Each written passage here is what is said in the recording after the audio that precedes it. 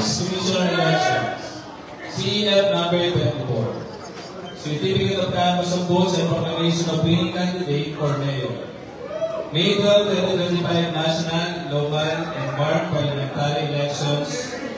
May 12, 25. We, the undersigned members of the City Board of Canvassers, do hereby certify under oath that we have duly canvassed the votes cast in 1,584 class 56 for the candidates wherein for Mayor in the elections held on May 12, 2025. Attached hereto and forming further office is statement of votes by P6, CEF number 20-8, garnered by each candidate for the office of Mayor.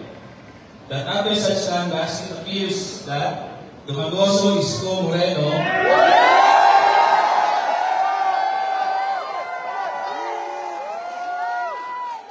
garnered 580,825 votes for the office of Mayor, the same being the highest number of votes legally cast for said office. Wala nga pa tatlawan! On the basis of the foregoing, we hereby proclaim the above named Mayor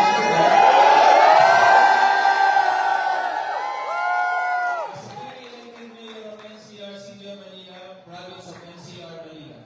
In witness whereof, we affix our signatures and imprint our thumb marks in the City of Manila, Province of NCR, Manila on May 13, 2025, 8:50 p.m.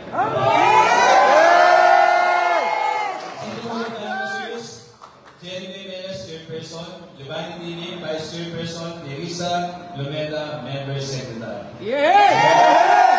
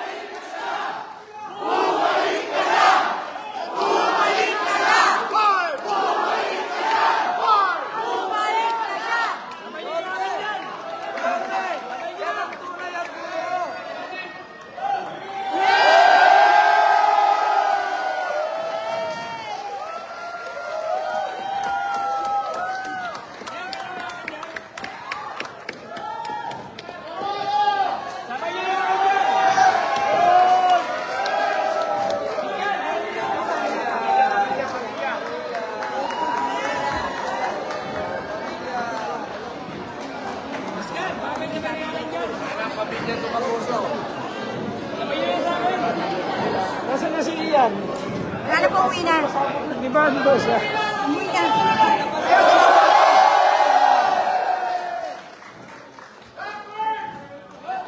Congratulations, pamilya Dumagoso.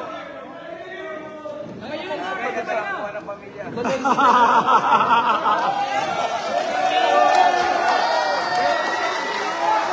Yorme! Yorme! Yorme! Yorme! Yorme!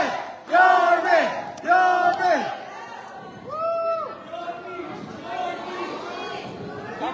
Kong! Kong! Kuya Kong!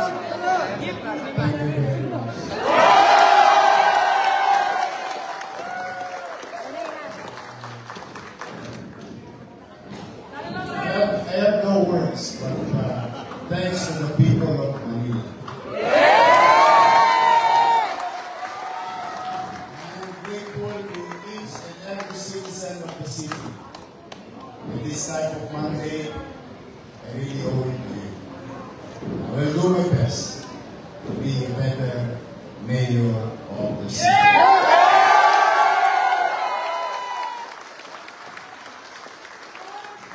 And lastly, alam ko sa Duterte pa kulupo, baka naman kung may visa pa yung salita ko na yun.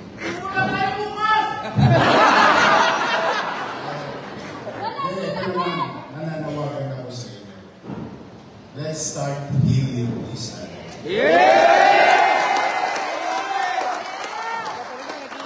Too many words, hurtful words, thrown to us and to you.